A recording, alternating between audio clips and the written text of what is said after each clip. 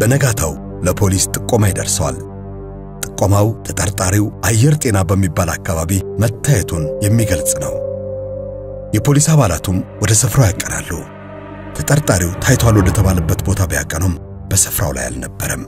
አለመገኘቱ አሳሳቢ ቢሆንም ይህች ቅንጣት የምትመስል መረጃ ለፖሊስ ትልቅ ትርጉም ነበራት።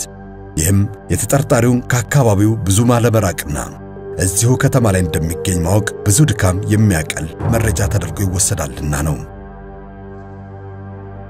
ወንጀሉን የፈጸመው ብርሃኑ የኢኮኖሚ አቅሙ ከፍተኛ የሚባልና የራሱን የግል ስራ የሚያንቀሳቀስ በመሆኑ በተለያየ ቦታ እየተዘዋወረ ለመሰወር ምቹ ሁኔታ ፈጥሮለታል።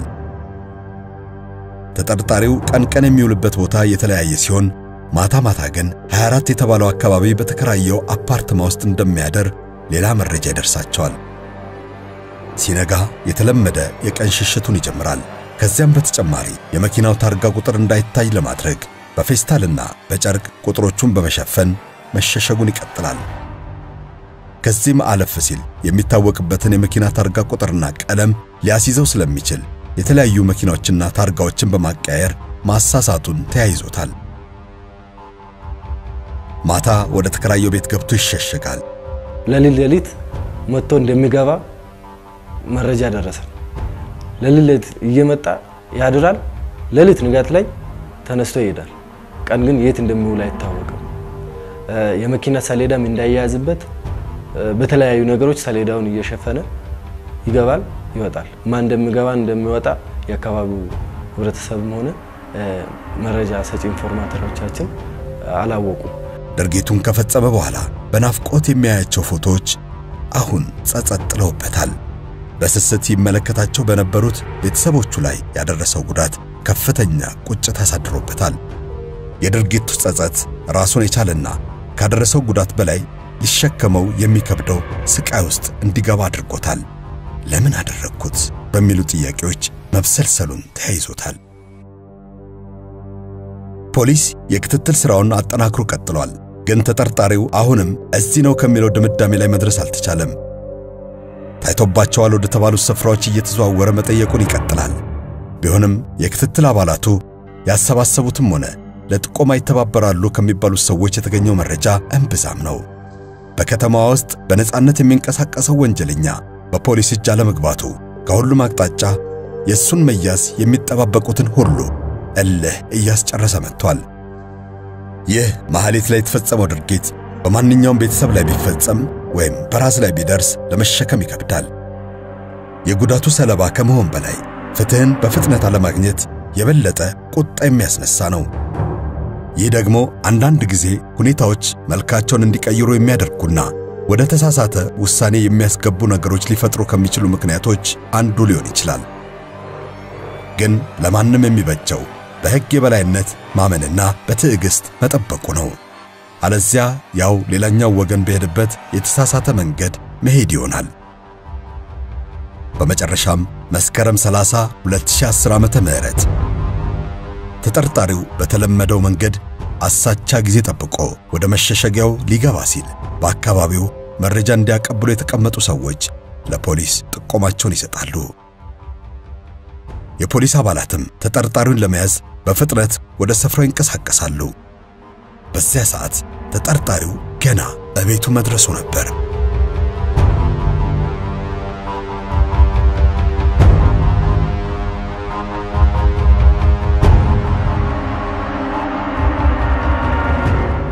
ይህንን ድርጊት የግል ተበዳይ ከፈጸመ በኋላ ከዛች ቀን ጀምሮ ተሰውሮ የቆየና ለአንድ ወር ያህል ከክትትል ፖሊስ አባሎች ጋር በመቀናጀት ተጠርጣሪውን ፈልገን በህብረተሰቡ ጥቆማ በፍርድ ቤት የመያዣ ትዕዛዝ በ30 አንደኛው 2010 ዓመተ ምህረት ከአንድ ወር በኋላ ይዘነው ቁጥጥር ስር ያዋልነው። ወደ ፖሊስ መምሪያ ይሄዳል። ወንጀሉን ፈጽሟል የተባለው ሰው ተገኝቷል። ተጠርጣሪው ግለሰብ ወንጀሉን ፈጽሟል ወይስ አልፈጸመም፣ አድርጎም ከሆነ ለምን ፈጸመው የሚል ነው። የፖሊስ ምርመራ ቀጥሏል። ተጠርጣሪው በምርመራ ክፍል ውስጥ ተገኝቷል። ይህ የግል ተበዳይ ቤተሰቦች የፍትህ ጥያቄ ምላሽ የሚያገኝበት ምርመራ ነው። መርማሪውም በተደጋጋሚ ወደ መጨረሻው መፍትሄ የሚወስዱ ጥያቄዎች ይጠይቃል።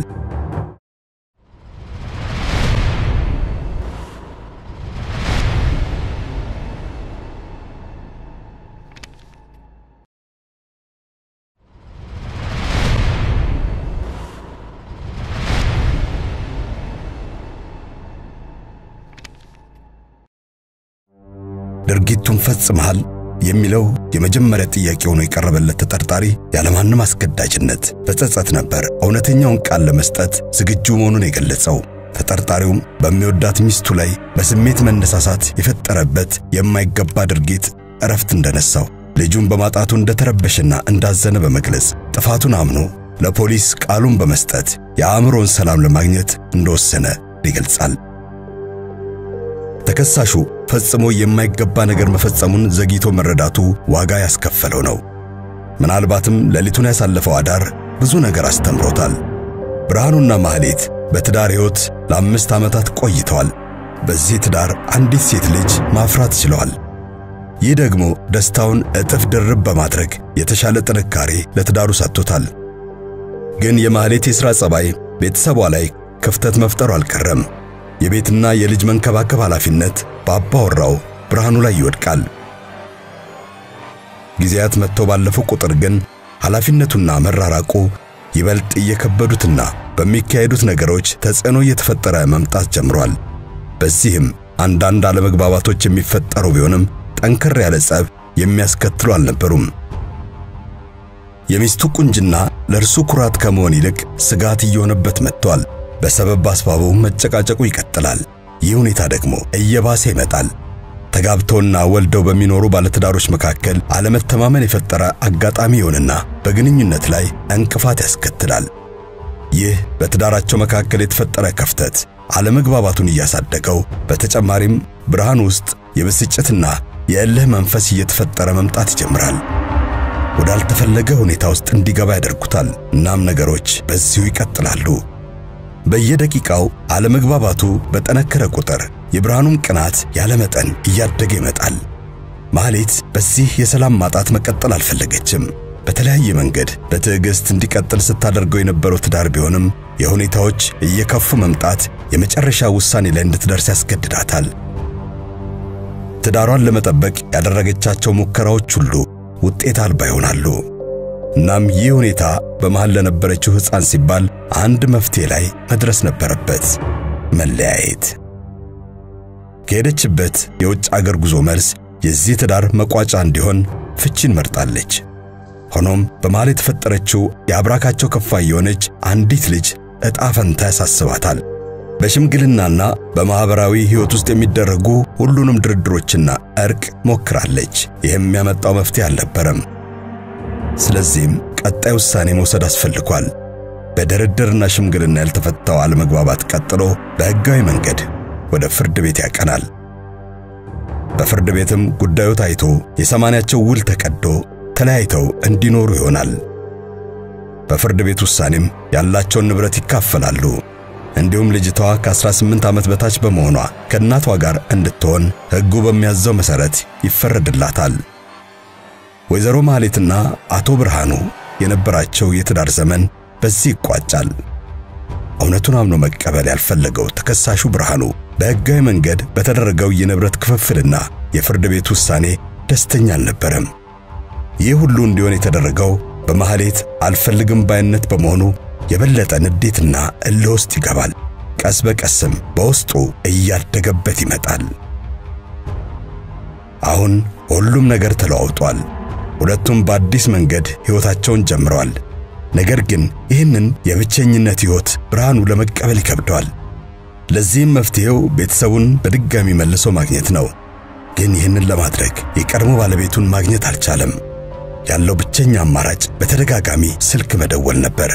የሚወዳት ሚስቱና የልጁን አፍቆት ነገር ዓለሙን ያጨለሙበት ብርሃኑ በተደጋጋሚ ስልክ መደወልን መፍትሄ ያደርጋል። ትዳራቸው በድጋሚ የሚመሰረትበት ሁኔታ እንዲፈጠር ያስባል። ይህ ትዳር በእርሱ ፍላጎት ብቻ የሚመሰረት አይደለም። የግድ የማህሌት ፍላጎትና ፈቃደኝነት ያስፈልጋል።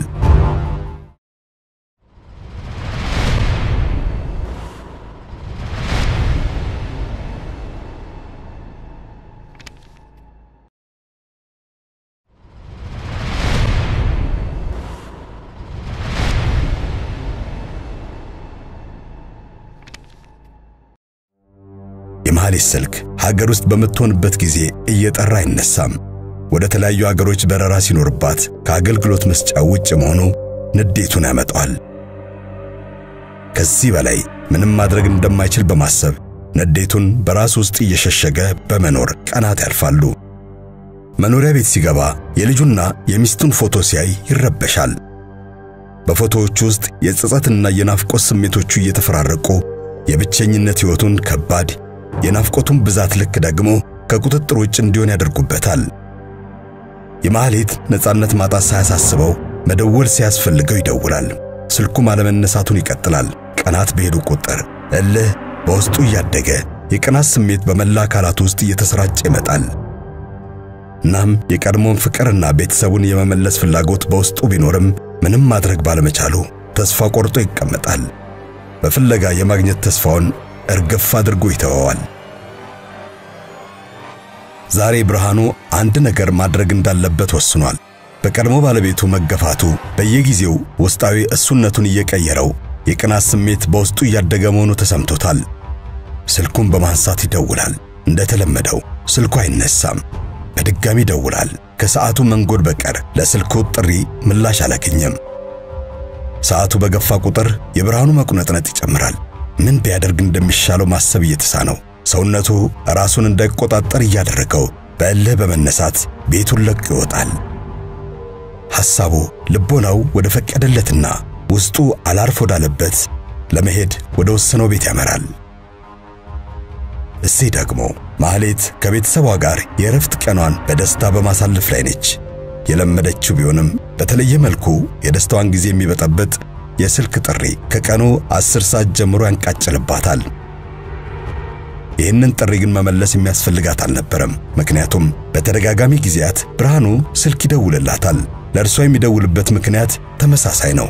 ስለዚህም ከእህቷና ከልጇ ጋር የሚያሳልፉትን የረፍት ቀንና የደስታ ስሜት በጭቅጭቅ እንዲነጥቃት አልፈለገችም። በተደጋጋሚ የሚደወለውን ስልክ በመዝጋቷ ገፍታበታለች። ሁልጊዜም ማህሌት በእርሱ መደወል ውስጥ የምትፈልገው የቀራትና የሚያሳስባት የልጇ የትምህርት ማስረጃ ነው። የልጇ የትምህርት ማስረጃዎች ከቀድሞ ባለቤቷ እጅ ይገኛሉ። የልጇ ትምህርት ቤት መመዝገቢያ ቀን እንዳያልፍ በተደጋጋሚ እንዲሰጣት ጠይቀዋለች። ነገር ግን ብርሃኑ ሊመልስላት ፈቃደኛ አልነበረም። እሷም ጥያቄዋን እርግፍ አድርጋ በመተው ሌላ መፍትሄ በማፈላለግ ላይ ነች። አመሻሽ አካባቢ የማህሌት የግቢ በር በኃይል ይንኳኳል። ያልተለመደ ጥሪ ነበር። ችግር ካልተፈጠረ በቀር የሰው በር እንዲህ ባለ ሁኔታ ሊደበደብ አይችልም። ማህሌት ለማጣራት ወደ በሩ ታመራለች። የግቢውን በር ስትከፍት ያልጠበቀችው ሰው ነበር ከደጃፏ ላይ ቆመው። የቀድሞ ባለቤቷ አቶ ብርሃኑ ነው። ከተለያዩ በኋላ ለመጀመሪያ ጊዜ በአካል ወደ ቤቷ በመምጣቱ ግራ የሚያጋባ ስሜት ተፈጥሮባታል። ፊቱ ላይ የሚያስፈራ ቁጣ ይታይበታል። ለምን እንደመጣ ትጠይቀዋለች። ብርሃኑም የልጃቸውን የትምህርት ማስረጃ ሊሰጣት ፈልጎ እንደመጣና አብረው ሄደው መውሰድ እንደምትችል ይነግራታል። ይህን መስማቷ ለማህሌት ትልቅ ደስታ ነው። አብረው ለመሄድ ተስማማለች። አብሯት እንዲሄዱ እህትና ልጇን ትጠራለች። ይህ ውሳኔ ለብርሃኑ ብዙም ያልተመቸው ቢሆንም በስንት ሙከራ የተገኘውን እድል ላለማበላሸት ያለው ብቸኛ አማራጭ እሽታ ነበር። በፍጥነትም መስማማቱን ይገልጻል። ለዚህ ምላሹ ደግሞ ካያት ብዙ ጊዜ ያሳለፈውን ልጁን ናፍቆት እንደሚወጣ ጨምሮ ይገልጻል። ይህ ድርጊቱ ማህሌት ያየችበትን የንዴት ስሜት መሸፈኛ ሆኖታል። ማህሌትም ወደ ቤት በመግባት ልጇንና እህቷን ይዛ ትመጣለች። ብርሃኑም ልጁን አቅፎ በመሳም ደስታውን ይገልጻል፣ ናፍቆቱን ይወጣል። በእርሱ መኪና መጓዝ ይጀምራሉ። ጉዟቸውን ወደ ብርሃኑ ቤት ያደርጋሉ። ሆኖም እንደታሰበው ሳይሆን ሁሉም በጸጥታ ተውጠዋል። ብርሃኑም የቀድሞ ባለቤቱም ልጁና የባለቤቱ እህት በነበረው ጸጥታ ምክንያት በየራሳቸው ዓለም ተወስደዋል። ባለማውራታቸው ብርሃኑ ወደ ሌላ ስሜት ይገባል። በድንገት ጸጥታውን ሰብሮ የእህቷና የልጃቸው መምጣት እንዳላስደሰተው በመግለጽ ወደ ቤት እንዲመለሱ ያደርጋል።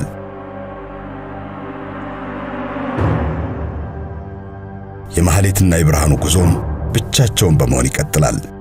በቦሌ ክፍለ ከተማ ወረዳ 12 ቡልቡላ ማርያም ቤተክርስቲያን አካባቢ ሲደርሱ የመኪናውን አቅጣጫ በመቀየር አጠገቡ የሚገኘው ጫካ አጠገብ ፊቱን አዙሮ ይቆማል። ማህሌት የሚያደርጋቸውን እያንዳንዱን ነገር ታዛቢ ሆና ከመመልከት ውጪ ምንም ቃላት መናገር አልቻለችም ነበር።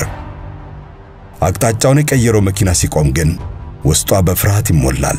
ምን ሆኖ እንደቆሙ ለመጠየቅ ትገደዳለች። ብርሃኑም መኪናው እንደተበላሸ በመግለጽ ወርዶ የፊት ለፊት ኮፈኑን በመክፈት የተበላሸውን መኪና መስራት ይጀምራል። ማህሌት የዚህ ሰው የሌለበት አካባቢ ድባብ ጭንቀቷን ይጨምረዋል።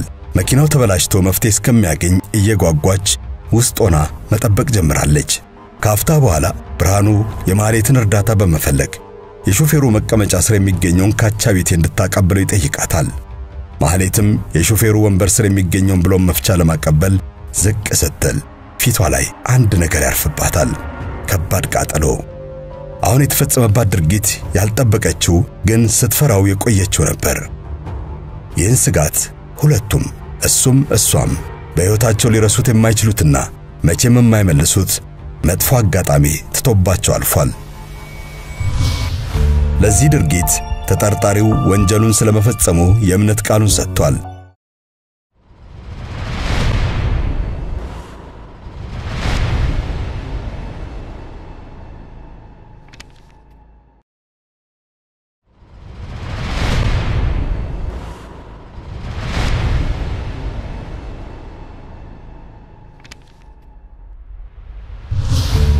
ለዚህ ድርጊት ተጠርጣሪው ወንጀሉን ስለመፈጸሙ የእምነት ቃሉን ሰጥቷል።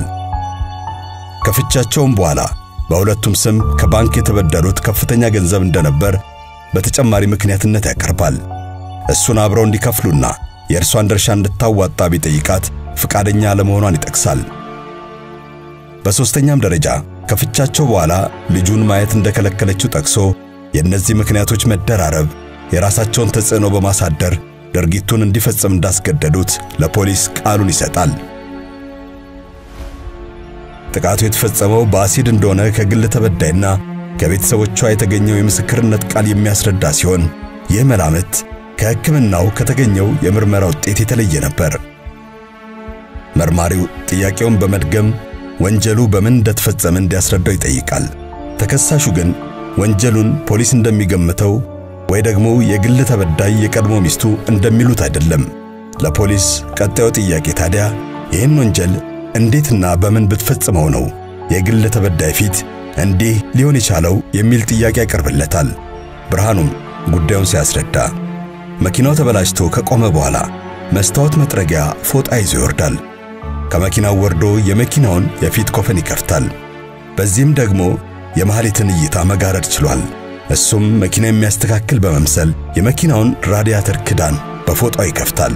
ከዚያም ማህሌትን ብሎም መፍቻውን እንድታቀብለው ይጠይቃታል። ማህሌት ብሎም መፍቻውን በመፈለግ ላይ እንዳለች በራዲያተሩ ክዳን እንዳቀጠላትና ከቦታው እንደተሰወረ ይገልጻል። ፖሊስ የተከሳሹን የእምነት ክህደት ቃል ከተቀበለ በኋላ ያቀረባቸው ምክንያቶች ማጣራት ይኖርበታል። እናም ማጣራቱም ከአንድ ወገን በመሆኑ ሌላውን ወገን መወከል ስለነበረበት የግል ተበዳይ እንድትቀርብ ይደረጋል። የቃጠሎ ሁኔታ በሀገር ውስጥ ሕክምና የሚሻሻል ባለመሆኑ ውጭ ሀገር ሄዳ እንድትታከም በመወሰኑ ወደ ውጭ መሄድ ማስፈለጉ ይነገራታል። የግል ተበዳይ የኢኮኖሚ አቅም ጥሩ በመሆኑ ለተሻለ ሕክምና በሚል ወደ ውጭ አቅንታለች። ፖሊስ ከግል ተበዳይ ቃል ባለመቀበሉ ክፍተት ይፈጠራል። ነገር ግን የግል ተበዳይ እስክትመጣ ነገሮች መዘግየት የለባቸውም በሚል ፖሊስ በቀጣይ ያገኛቸው መረጃዎች በማጠናቀር የክስ መዝገቡን ወደ ፍርድ ቤት መላክ ይጠበቅበታል። ለዚህ የሚረዳው ዘንድ ደግሞ ድርጊቱን ለማስረዳት ወሳኝ የነበሩትን የግል ተበዳይ እህት የግል ተበዳይን የሕክምና ውጤትና ስለነበራቸው ግላዊ ጸብ የሰጠችውን ቃል ከደረጃ ምስክሮች ቃል ጋር ያጠናቅራል። ከብዙ ቀናት በኋላ የግል ተበዳይ በውጭ ሀገር የፕላስቲክ ቀዶ ሕክምና ተደርጎላት ትመለሳለች። የግራ የፊት ገጿ ተመልሶ በጥሩ ጤንነት ውስጥ ትገኛለች።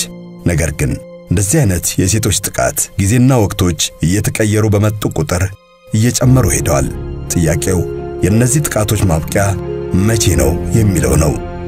ማህሌት የኢኮኖሚ አቅሟ ጥሩ በመሆኑ የደረሰባት ጉዳት ሊስተካከል ችሏል። አቅሙ የሌላቸው ሰዎች ግን ይህን አካላዊና ስነ ልቦናዊ ጠባሳ በምንና እንዴት ሊመልሱት ይችላሉ? ይህን እያዩ የሚያድጉ ልጆች ውስጥስ የሚፈጠረው ስነ ልቦናዊ ጉዳት ምን ሊሆን ይችላል? ፖሊስ ከምርመራ መዝገብ ጋር በማድረግ ለፌደራል ጠቅላይ አቃቤ ሕግ አቅርቦ ክሱን ለፌደራል የመጀመሪያ ደረጃ ፍርድ ቤት ቦሌ ምድብ ፈጣን ችሎት በማቅረብ በወንጀለኛ መቅጫ ሕግ 14/2 የተከሰሰበትን ወንጀል አምኖና ተጸጽቶ የእምነት ቃሉን ለፖሊስ የሰጠ ስለሆነ ይህን በወንጀለኛ መቅጫ ሕግ አንቀጽ 35 መሰረት ለፍርድ ቤቱ እንዲያረጋግጥ በጠየቀው መሰረት በማረጋገጡ ፍርድ ቤቱ የግራውንና የቀኙን ከሰማ በኋላ በተከሳሽ ላይ የ5 ዓመት እስር ፈርዶበት መዝገቡ ተዘግቷል። ምስክር ቃል ተቀበለን እንዲሁም የደረጃ ምስክር በመስራት ተጠርጣሪው በፍርድ ቤት የተሰጠው ማስረጃ በማስደገፍ የተበዳይ ሕክምና ማስረጃም አምጥተን ከምርመራ መዝገቡ ጋር በማያያዝ የፌደራል ጠቅላይ አቃቤ ሕግ ምርመራ መዝገቡን አቅርበን ምርመራ መዝገቡ ተከፍተው ተጠርጣሪው በፌደራል የከፍተኛ ፍርድ ቤት ቦሌ ምድብ ችሎት በፈጣን ችሎት ቀርቦ 5 ዓመት እስራት እንዲፈረድበት ተደርጓል። ሁሌም በሕይወት ውስጥ ሁለት ሰዎችን አንድ የሚያደርግ ወደ አንድነት የሚያመጣ ትልቅ ኃይል አለ፣ ፍቅር። አንድ የሆኑትን ደግሞ ወደ ሁለት የሚለያያቸው ክፉ መንፈስ አለ፣ ቅናት። ግን ጥያቄው በፍቅር ያልጸና ትዳር መለያየትን ከመረጠ በኋላ የትኛው መንገድ ነው የሚሻለው? መለያየትን በፍቅር ማቻቻል አለዚያስ በቅናት መጎዳዳት? ውሳኔያችን በተሻለ አማራጭ የተሞላ ቀና መሆን ይጠበቅበታል። በመለያየት ውስጥ መፋቀር ባይቻል መቻቻል ግን አያቅተንም። ስክሪፕቱ መጀመሪያ ሲሰጠኝ ሳነበው በጣም ከባድ ስሜት ነው የተሰማኝ። ያሳዝናል። በጣም ቀላል የሆነ ነገርና እንደዚህ አይነት ከባድ ወንጀል ድርጊት ላይ ለመግባት የማያስፈልጉ ናቸው። ለልጇ አባት እንደዚህ አይነት ጥቃት ሲደርስባት የሚከብድ ነው እና በጣም የሚያሳዝን ነገር ነው። በትዳር ውስጥ ያላስፈላጊ ቅናት ወይንም ደግሞ ያለ መተማመን ወይም ደግሞ ከጀርባ ያለውን ነገር በግልጽ አለመነጋገር ወደ ከፋ ነገር ሊወስደው ይችላል። ስለዚህ አብዛኛውን ጊዜ ዝም ብሎ ከመሬት ተነስቶ ወደ ቅናት ውስጥ ከመግባት ወይንም ደግሞ ወደ አላስፈላጊ ነገር ውስጥ ከመግባት በግልጽ ተነጋግሮ በፍቅር መፍታት ስለሚቻል በሰላም መኖር ይሻላል። ለልጆቻችንም መልካም የሆነ ነገር ያስተማርን ጥሩ የሆነ ፍቅር ይዘው እንዲያድጉ ማድረግ የተሻለ ይሆናል ያስባል። ወንጀል መስራት ወይ መጥፎ ነገር መስራት ትርፉ የህሊና ቅጣት ነው፣ ጸጸት ነው። ማንንም ሰው ከሚፈርድብን ከሚያሳድደን እንትን ከሚያረገን በላይ ራሳችን የሚወቅሰንን ነገር ከምንም ነገር ይከብዳል እና በእያንዳንዱ እንቅስቃሴያችን በህይወታችን ትተነው የምናልፈው አሻራዎች አሉና ጥሩ ነገር ትተን ለማለፍ መሞከር አለብን። ሴት ልጅ ማለት ሀገር ናት። እናታችን እንደምንወዳት የምንገልጽበት መንገድ አንድንም ሴት ልጅ ስናከብር የሚገባትን ክብር ስንሰጣት እናታችን እህታችን እንደምንወድ እናሳያለን። እዚህ እናታችን እንደምንወዳለን እህታችንን ማንንም እንዲነካብን አንፈልግም። ሌሎች ሰዎች ላይ ሄደን ይሄን ነገር ማድረስ እንችል ግን መውደዳችን ፍቅራችን ያለን ነገርን ሊገልጸው አይችልም እና አፍራሽ ነገር ነው የሚሆነው። ስለዚህ እናታችን እህታችን ቤተሰባችን ሴት ልጆቻችን የምንወድ ከሆነ የሌሎቹንም ሴቶች እናቶች እህቶች ማክበር መውደድ አለብን።